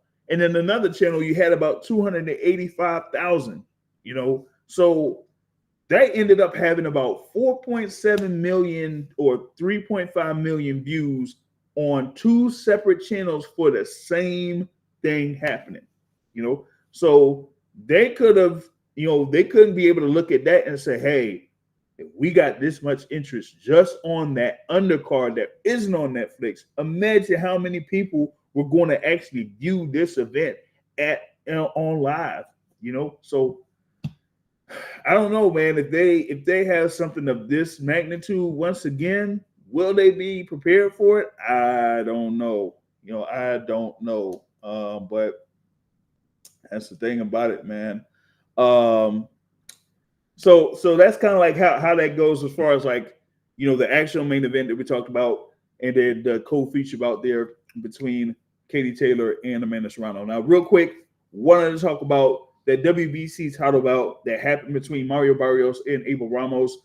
Barrios being able to defend that title against Abel Ramos on this particular card, being able to get $3 million for it. So that's partly why he didn't have a bout with Jerome Booth Sitters for unification or anything like that. Is because hey, whatever they could have offered for Mario Barrios probably couldn't surpass what Netflix was able to do there. You know what I'm saying? All right. So ended up having this thing here with Mario Barrios and Abel Ramos. Barrios was doing very well there in those first couple of rounds, was able to score a knockdown in round 2, was able to utilize the jab pretty well, but he wasn't able to properly use his reach very well and got caught a few times there by Abel Ramos after that knockdown was scored, and then ended up getting knocked down himself in round 6. Barrios won a majority of the rounds, up until that particular point, but then the knockdown happened in round 6, and that kind of flipped everything there for the second half of the fight, and it actually made that fight be really, really, really good. That was a really good fight between those two, and then it ended up being going through the full 12 rounds, and you had it to the point where you had one score of 116-110 for Barrios, another score of 114-112 for Abel Ramos, and then one judge had a 113-113 to have it a split draw. So one judge, that judge had it 113-113, basically had it, even as far as the rounds go, while the 116-110 was just an absolute dominant, scorecard for Mario Barrios. It's probably 9 rounds to 3 if it was 117-111. And then a 115-113 score for Abel Ramos, so to speak, without the knockdowns. So that was 7 rounds to 5 in favor of Abel Ramos from another judge. So that kind of is how it is out there. The Boxing Academic is about to roll out in this piece. So let's get your quick reaction to that particular fight and that result. It's gonna be quicker than quick. All right. Unfortunately, I was having streaming issues and I didn't get to see the fight as much. Okay. Gotcha. And so I have to go back and watch it again. So I don't know who won. Gotcha. All right, we might be able to revisit it, something like that. I'm gonna try to figure out something here because I want to get in depth with the bout between Katie Taylor and Amanda Serrano, and then also get in depth with this one as far as do either round by round analysis or something like that. But I felt like with Mario Barrios, he has some of the tools that could really make him be a very good fighter there in the welterweight division. Just being there at 6 feet, 71 with the reach, and he's able to utilize the jab pretty well. He uses it almost as a defensive mechanism more so than an offense thing there. But the thing is, though, sometimes on offense, he does it in order to keep it in the face of his opponent. And in a number of those exchanges that he had with Abel Ramos, he would end with the jab. So I felt like a lot of those exchanges that happened where, both fighters were able to land some good shots, that he was able to end those exchanges with the jab. And I felt like that was going to be enough for him to get the majority of the rounds in that fight. I thought he executed very well there at the beginning of the fight. And it was just a matter of him just, slipping up on defense. And so, with that being said, is he going to be able to, weather the storm against fighters of a higher caliber there in the welterweight division? I know that, Jerome Bootsinis, his name has been mentioned there, but I'm thinking Jerome Bootsinis might not be at 147 pounds that much longer. So Bootsinis may be out. You have Ian Stanionis, WBA champion, that hasn't been in the ring for a long time. So that could be a potential matchup there for Barrios. We just have to see how Barrios responds after this bout against Abel Ramos. And, there's other, fighters out there. Yeah, you do have Brian Norman Jr. as a WBO champion, but he is, currently locked in for that fight against Derek Cuevas that was supposed to be over in Norfolk, Virginia the previous weekend. So there you go. So I I have not much of an idea of who else could potentially be an opponent there for Mario Barrios. But what I will say is this: scheduled for tomorrow around 7:30 p.m. Eastern time, we will have the trainer for Mario Barrios. That's right, Coach Bob Santos. Coach Bob Santos said that he will be able to join the Boxing Source tomorrow. To be on, will be through YouTube. So those that are on StreamYard, you'll be able to watch it live on YouTube, and you'll be able to participate in the live chat and ask questions there through YouTube and whatnot. There, as we're going to be talking with Coach Bob Santos, because I felt like Bob Santos kind of like pushed uh, Barrios through after that 6th round knockdown, because he was rocked during that 6th round, and for that knockdown to take place. And I felt like that was something that he had to kind of like come back from in order to at least for me had the majority of the rounds in that fight. But one judge had it in favor of Abel Ramos, and then the other judge just had it even through 12 rounds. So that's kind of like how it kind of broke out there for Mario Barrios.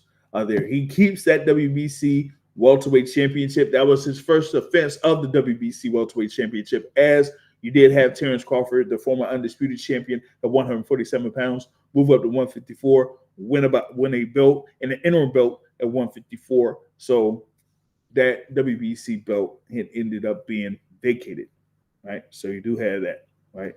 I did mention the whole thing there with Winison Nunez and Niraj Garat.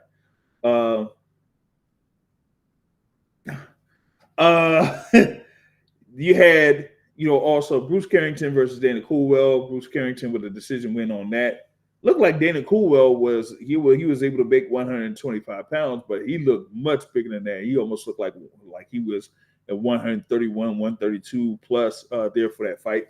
Shadeja Green with the split decision win over Melinda Watpool to win the WBO super middleweight title. That was a real close fight. And I'm going to be honest, I expected more from Shadeja Green in this bout. Expected more from Shadeja Green in this bout. And what I saw was what ended up having her lose to Franchon Cruz Zurn. When the original belt was what on the line there, some time back, right? Because that was for the WBC. But when Franchon Cruz was fighting Shadeja Green, Franchon Cruz was up in the grill. She was up in the grill, getting it in, getting busy and all that type of stuff. And you really didn't see Shadeja Green properly adjust to that. And here in this same instance with Melinda Watpool, Watpool was in the grill there of Shadeja Green. And there were times when Shadeja wasn't able to properly deal with it. She was kind of like the boxer, while Melinda Watpool was the one that was getting it in, getting it grimy, getting it dirty, as we were talking about there with Katie Taylor here. But in this particular instance, you had Shadeja Green get the win, and now is the WBO super middleweight champion. Okay, so there's that. You had Lucas Badi, as I said, recent signee for MVP, was able to win by majority decision over Armando Casamonica. That was another one where maybe some people thought that Casamonica won that joint. Yeah, that pretty much like covers that card. Yeah, that covers that card. So want to get into this here real quick, man. We had what was going down on Saturday, right? You had Gilberto Ramirez versus Chris Billam-Smith, aka John Cena, for the for the unified titles there at cruiserweight. We had both of these fighters out there. You had Zurdo Ramirez there with one loss. You had Chris Billam-Smith there with one loss. Billam-Smith being able to get in there as the WBO cruiserweight champion, had ended up winning it by majority decision over Lawrence Okoli last year, and had a couple of defenses of that title before his bout here against Gilberto Ramirez, of course, who had been a world champion at super middleweight, now going up to basically what cruiserweight here or whatnot. Was it super middleweight? Yeah, super middleweight, and had like reign at light heavyweight too, and now going up to cruiserweight and being able to fight for this cruiserweight title. And yeah, man, I'm telling you, this was a pretty interesting bout. It was a pretty interesting bout to say the least. For the first half of the fight, I felt like Zurdo Ramirez was dominating the fight there against Chris Billam-Smith, and that there was a point there where it seemed like Chris Billam-Smith was going to end up getting stopped. But somehow Chris Billam-Smith was, still able to, get through, that early blitz there from Gilberto Ramirez. And, even though there were some times where you had, Zurdo Ramirez really landed some good shots on Chris Billam-Smith, he was able to respond there, particularly in those like 8th, 9th, and 10th rounds. Because like I said, it was just like really close for this bout to, getting stopped, as Chris Billam-Smith was cut during this fight and was getting hit with some good shots. But he was able to get through that, went through the 12 rounds, but unanimous decision win for Zurdo Ramirez, pretty much like 8 rounds to 4 on all 3 scorecards for him to be the unified cruiserweight champion with the WBO and WBA cruiserweight titles. And now, so you got Gilberto Ramirez at 47-1. They're currently 30 wins by way of knockout, and is kind of like the de facto top fighter in the cruiserweight division right now. You do have the WBC champion currently as Noel Mikhailian, and with, of course, the IBF champion Jai Opataya there that has been involved in fights over Riyadh himself. And it looks like they're trying to see if they could line up Zurdo Ramirez versus Jai Opataya, because Opataya had pretty much had his last fight last month where he stopped Jack Massey in 6 rounds there back in Riyadh. His last 3 bouts had been in Saudi Arabia there, Jai Opataya. So I'm looking to see for them to go ahead and have that unification bout. I feel like that is the top bout to make there in the cruiserweight division. I don't see why not. I don't think it would be that difficult from a financial perspective to have those 2 fighters go ahead and face each other next. So why not go ahead and do it? So you definitely have that as a potential bout there in the cruiserweight division. We've had a number of these fights here at the top of the division, multiple weight classes, whether it's heavyweight, light heavyweight, undisputed. You had undisputed light heavyweight, you had undisputed heavyweight. Last year you had undisputed welterweight. You also had undisputed at super bantamweight with Naoya Inoue. So yeah, at this particular point, given what's happening with Riyadh season, or the involvement of Turki Al-Sheikh, a number of these fights that could be made at the top of these respective divisions, I feel like they could go ahead and get made. So that's what I'm looking forward to seeing here in 2025. And of course, what we got here before the end of the year, the rematch between Tyson Fury and Alexander Usyk. No, it won't be for the undisputed heavyweight title, but we know that these are the 2 top fighters in the heavyweight division still. So might as well just go ahead and have that be, the number 1 bout there in the heavyweight division right there real quick. All right, so that was a quick synopsis there of that particular fight. That was the main event. Just real quick, what do we have? You had Jose Carlos Ramirez versus Arnold Barboza, where Arnold Barboza ended up scoring a unanimous decision win there to say undefeated. He's now 31-0.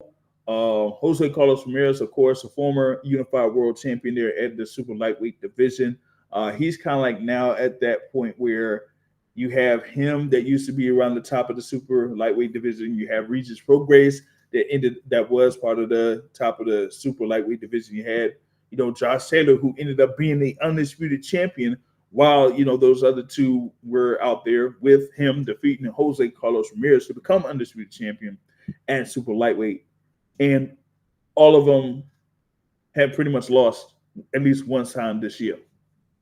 So you could pretty much say that quote unquote era is kind of on their way out super lightweight, and you're gonna have some new guys in there to kind of be the competitors there in the super lightweight division. Now, as far as Arnold Barboza is concerned, he who what do I say for him at 140? So he's kind of the top contender at the WBO at 140, ranked at number 4 in the IBF. Let's see. Also, he's not rated in the WBA, and he's rated number 8 in the WBC. So he's kind of floating out there, around that 6-7 range, I would say, at 140 pounds. Some would probably put him higher than that, or maybe not. But how would he fare against guys not necessarily a world champions, because you got Liam Paro that's about to fight Richard Hitchens. You got Rayo Valenzuela that's about to fight somebody, but I can't quite say that yet. You got Alberto Puello that's still in line to fight Sandor Martin. So I'm trying to see here. Who else would be a potential opponent here for Arnold Barboza Jr.? Jack Catterall. Jack Catterall, who just defeated Regis Prograis. That would kind of say, hey, okay, where are these fighters at 140 pounds before they go ahead and contend for a world title? That would be a good matchup to see, okay, where are these fighters at? Because I know, with Jack Catterall over there at Matchroom, they're trying to see if they could pin him to face, I guess, the winner of Liam Paro versus Richard Hitchens.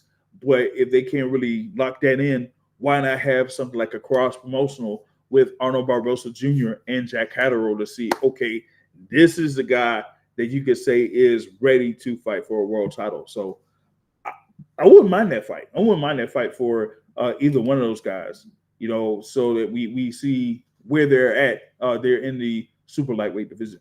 Now, next up, we got this thing here with William Zepeda versus Tevin Farmer. Now, this was a bout of interest for some in the lightweight division. Of course, you got William Zepeda, who's been ranked number 1 in all 4 sanctioning bodies since forever.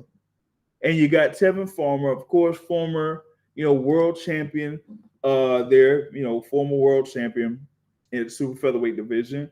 Was able to compete here in the lightweight division. Last bout was able to have a, kind of a semi-close bout against Ramirez, who is a rising contender there in the lightweight division. Now, here he is against another undefeated fighter again in William Zepeda, and this was a fight. This was a really, really close fight. And you had that moment in the 4th round where Zepeda got tagged up by Tevin Farmer and landed a good shot on William Zepeda that put William Zepeda down. And Zepeda got up, and he's a guy that has a high volume in punches and everything like that. But you're going up against a guy in Tevin Farmer, southpaw, moves a lot, very, very defensively sound. Some people say from a matchmaking perspective, they put in Tevin Farmer to kind of give William Zepeda a gauge of what could happen if he faces Shakur Stevenson.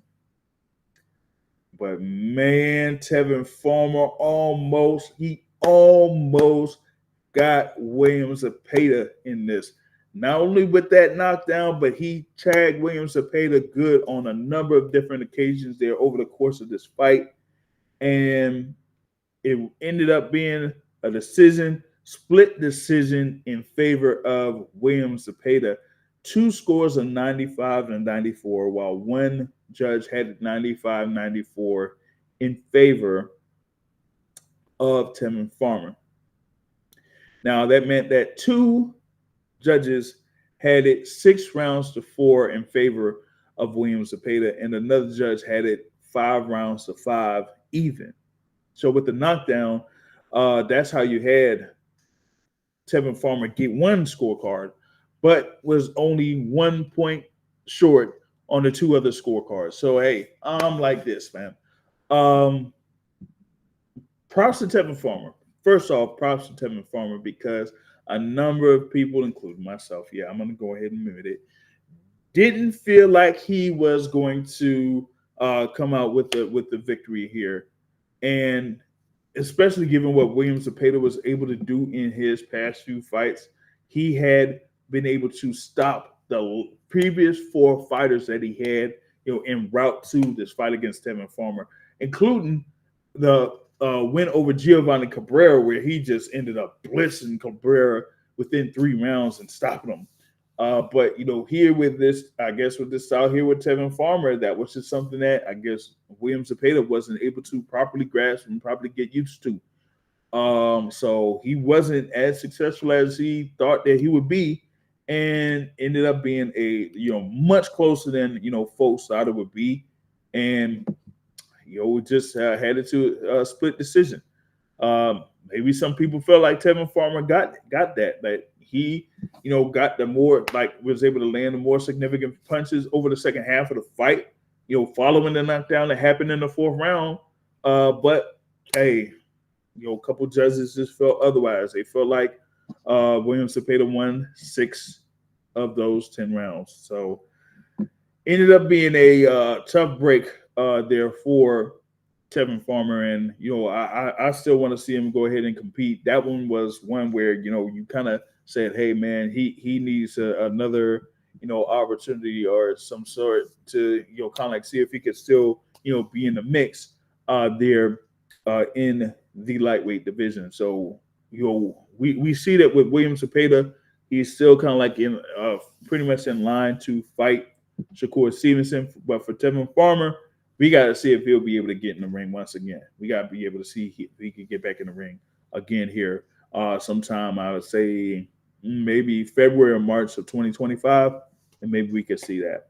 Other 2 fights here, you had Oscar Collazo against Tamanu Yomchong there in the unified minimum weight title. Of course, some folks aren't necessarily up to par when it comes to the minimum weight, the lowest weight class there is in boxing. This was, a unification bout. Tamanu Yomchong undefeated, aka, well, I say Tamanu Yomchong, or as a lot of y'all know, knockout CP Freshmart. And he had a bout against Alex Winwood in September, but that was like his first fight in 2 years. Now he had like a whole bunch of fights that was scheduled that ended up being rescheduled. Fire got hurt, got injured. There were some other things that's going on there with his opponent. So that's why the layoff was so long there for knockout CP Freshmart when he faced Alex Winwood. But he was able to get a decision win there, and that majority decision win. So it ended up being a real close fight. And then here going up against Oscar Collazo, and Collazo just was way too much there for knockout CP Freshmart. And in the 7th round, knockout got knocked out. Yeah, I said it. Knockout got knocked out, man. And that last one was just like, yeah, it was a wrap. It was over. It was done. You seen like the legs of CP Freshmart were pretty much like gone by round 4.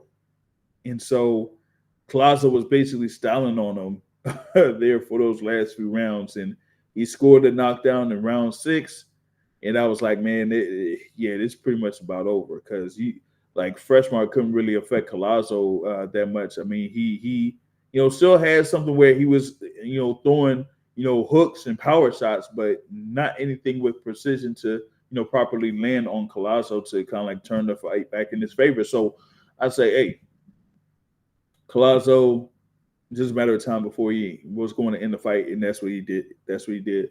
So now he is the WBO and the WBA minimum weight champion there. So he has two of those major titles there at the lowest weight class with Melvin Jerusalem with the WBC and Pedro Taduran with the IBF.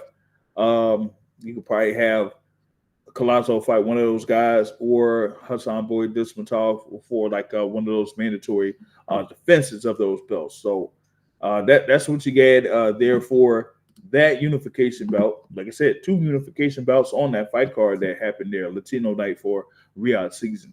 Last one here was Oscar Duarte versus Bartizan Akmadov, and Oscar Duarte was able to get a unanimous decision win over Bartizan Akmadov. You did have, yes, this is Oscar Duarte that did get stopped by Ryan Garcia last year. But after that, scored a win over Jojo Diaz in April of this year, right? And then outside of that, he got this bout here with Bartizan Akmadov. Yeah, it's pretty tough to kind of like say that, right? And was able to, probably like outbox him, outpoint Akmadov over the course of those 10 rounds. Akmadov, what was it? He hadn't been in a bout since 12 months ago. So, my thing is like if you aren't necessarily that active, you kind of like have some issues as far as like being properly sound and fighting guys, particularly at a certain level. And I think here with Akmadov, that's what you kind of like had. He is a guy that ended up losing to Mario Barrios, Berto Puello, who is currently WBC champion at 140 pounds, Kenny Sims Jr. Also, who is a contender there, and now he loses to Oscar Duarte. So Akmadov, just been in the short end of fights of guys that are pretty much at the caliber that are a little bit above him ability wise. So that's what you had there in that bout. So yeah, those were those 6 bouts or so there in Riyadh, Saudi Arabia. There, of course, like I mentioned before, their next one has, culminates there in the main event, the rematch between Alexander Usyk and Tyson Fury there for that top spot in the heavyweight division. So that pretty much like sums up what had been going down this weekend. Like I said, it's a lot. It's a lot. I'm still recovering from the previous weekend. That definitely took a lot out of me physically. So had to get like a lot of rest there, for that. Next week it's pretty much like a down week of sorts as far as like action goes.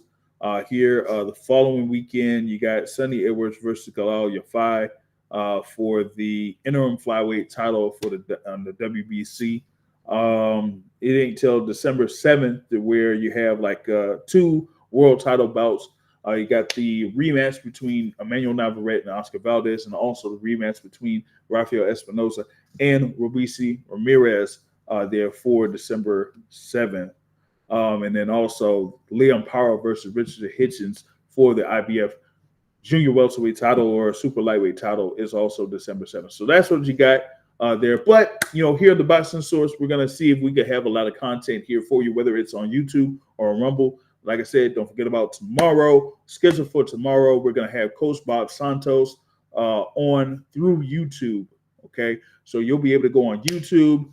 There should be 7:30 p.m. Eastern time. We'll be able to have Coach Bob Santos on there, and we're going to see if we could get more interviews on to be either through YouTube or through Rumble. We're going to see if we could get that content here for y'all at the Boxing Source. We thank y'all for the support. Continue to thank y'all for the support.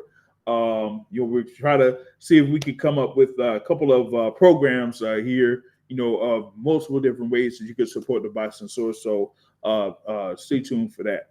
But with that being said, that is the end of this particular podcast here, Sunday, November 17th, 2024, at least a live podcast. This will be available on audio form on whatever you use for, listening to a podcast. It could be Apple Music, it could be Spotify, it could be iHeartRadio, it could be Amazon Music. They got podcasts for Amazon Music as well. So this will be available in audio form on that, right?